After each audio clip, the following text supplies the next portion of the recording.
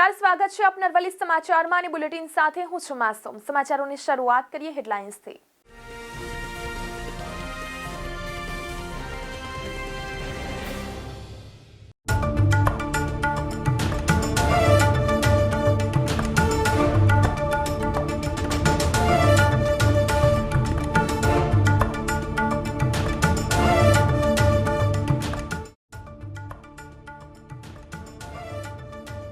કડકડતી ઠંડી અને સુસવાટા મારતા પવન વચ્ચે ગુજરાત ઠંડુગાર, રાજ્યભરમાં ઠંડીએ પોતાનું રૌદ્ર સ્વરૂપ દેખાડ્યું।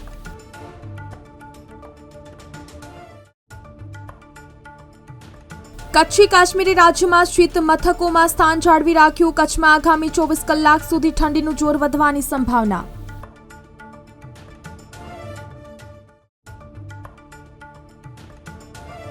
ડીસામાં ઠંડીએ છેલ્લા 3 વર્ષનો રેકોર્ડ તોડ્યો। ડીસામાં ઠંડી 9 થી 10 ડિગ્રી વચ્ચે હોવાનું અનુમાન।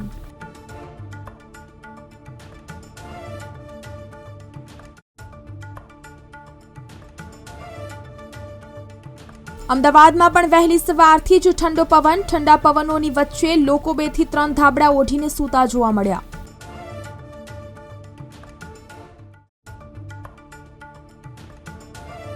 અમરેલીમાં ઠંડી સાથે ઠાર વધતા લોકો ઠૂઠવાયા। અમરેલીના રાજુલામાં સન્નાટો અને કર્ફ્યુ જેવો માહોલ।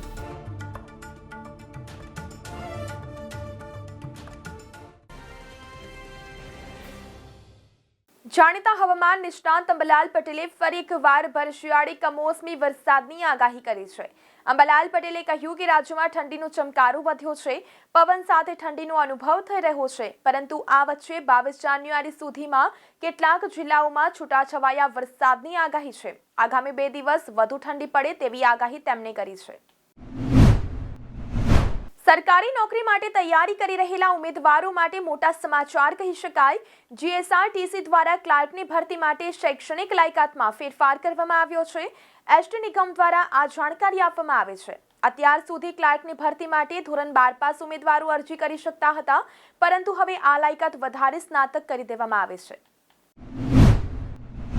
પ્રયાગરાજમાં ચાલી રહેલા મહાકુંભ મેળા માટે રાજકોટ સહિત સૌરાષ્ટ્ર ગુજરાતમાંથી પણ સ્પેશિયલ ટ્રેનો દોડાવાઈ રહી છે, પરંતુ રેલવેએ એક્સ્ટ્રા ટ્રેનની જાહેરાત કરી અને બુકિંગ શરૂ કર્યાના ગણતરીના કલાકોમાં જ મોટાભાગની ટ્રેનો હાઉસફુલ થઈ ગઈ છે।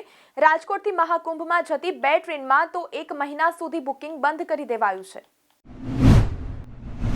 એક સાથે 2 વેસ્ટર્ન ડિસ્ટર્બન્સની સાથે સાયક્લોનિક સર્ક્યુલેશન સક્રિય થયા છે, જેની અસરોથી અમદાવાદમાં દિવસ દરમિયાન 15 થી 20 કિલોમીટરની ગતિના પવનો ફૂંકાતા ઠંડીનો ચમકારો વધ્યો હતો। આગામી 3 થી 4 દિવસ ઠંડા પવનો યથાવત રહેવાની શક્યતા હોવાથી ઠંડીનું જોર રહેશે।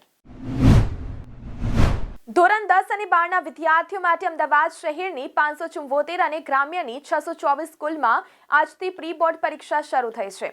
આ પરીક્ષાથી વિદ્યાર્થીઓને બોર્ડની પરીક્ષા જેવો જ અનુભવ થાય તે માટે વિદ્યાર્થીઓ માટે ઓનલાઈન હોલ ટિકિટની પણ વ્યવસ્થા કરાઈ છે। હવામાન વિભાગની આગાહી અનુસાર વેસ્ટર્ન ડિસ્ટર્બન્સની અસરના કારણે આજથી ગુજરાતના તાપમાનમાં 2 થી 3 ડિગ્રીનો વધારો થશે, પરંતુ 15 થી 20 કિલોમીટર પ્રતિ કલાકની ઝડપે ઠંડા પવનો ફૂંકાશે, જેના કારણે વધારે ઠંડીનો અનુભવ થશે। ગુજરાત માધ્યમિક અને ઉચ્ચતર માધ્યમિક શિક્ષણ બોર્ડની ધોરણ 10 અને 12ની પરીક્ષા ફેબ્રુઆરી મહિનાના અંતિમ સપ્તાહથી શરૂ થવાની છે। 18 જાન્યુઆરીથી શરૂ થતી પ્રિલિમ પરીક્ષા બોર્ડની પેટર્નથી જ લેવામાં આવનાર છે, જેમાં વિદ્યાર્થીઓને હોલ ટિકિટ, બારકોડ સ્ટીકર અને સેન્ટ્રલાઇઝ્ડ પ્રશ્નપત્ર આપવામાં આવશે। જીપીએસસીની પરીક્ષામાં આન્સર કી જાહેર થયા બાદ ઉમેદવારોએ વાંધા અરજી આપતા હોય છે, કારણ કે ઘણીવાર આયોગના જવાબો હકીકતથી દૂર હોય છે, જેથી ઉમેદવારો તેઓનું ધ્યાન દોરી તેમાં સુધારો કરવા જણાવે છે, પરંતુ હવે ઉમેદવારોએ દરેક વાંધા દીઠ 100 ચૂકવવા પડશે, જે ઉમેદવારોને પરત મળશે નહીં। અન્ય 4 મહાનગરમાં લઘુત્તમ તાપમાનમાં 1 થી 4 ડિગ્રી સેલ્સિયસનો વધારો થયો છે। અમદાવાદમાં છેલ્લા 24 કલાક દરમિયાન 13.7 ડિગ્રી સેલ્સિયસ, વડોદરામાં 15.8 ડિગ્રી સેલ્સિયસ, રાજકોટમાં 10.7 ડિગ્રી સેલ્સિયસ અને સુરતમાં 18.8 ડિગ્રી સેલ્સિયસ લઘુત્તમ તાપમાન નોંધાયું હતું। છેલ્લા 24 કલાક દરમિયાન રાજ્યમાં સૌથી ઓછું લઘુત્તમ તાપમાન નલિયામાં નોંધાયું હતું। નલિયામાં ફક્ત 24 કલાકમાં 3 ડિગ્રી સેલ્સિયસ કરતાં વધુનો ઘટાડો નોંધાયો હતો। ગત રાત્રિ દરમિયાન નલિયામાં 6 ડિગ્રી સેલ્સિયસ તાપમાન નોંધાયું હતું। ઉત્તર તથા ઉત્તર પૂર્વ દિશા તરફથી ગુજરાત પર આવી રહેલા ઠંડા પવનોને કારણે ઠંડીનું પ્રમાણ યથાવત વર્તાઈ રહ્યું છે.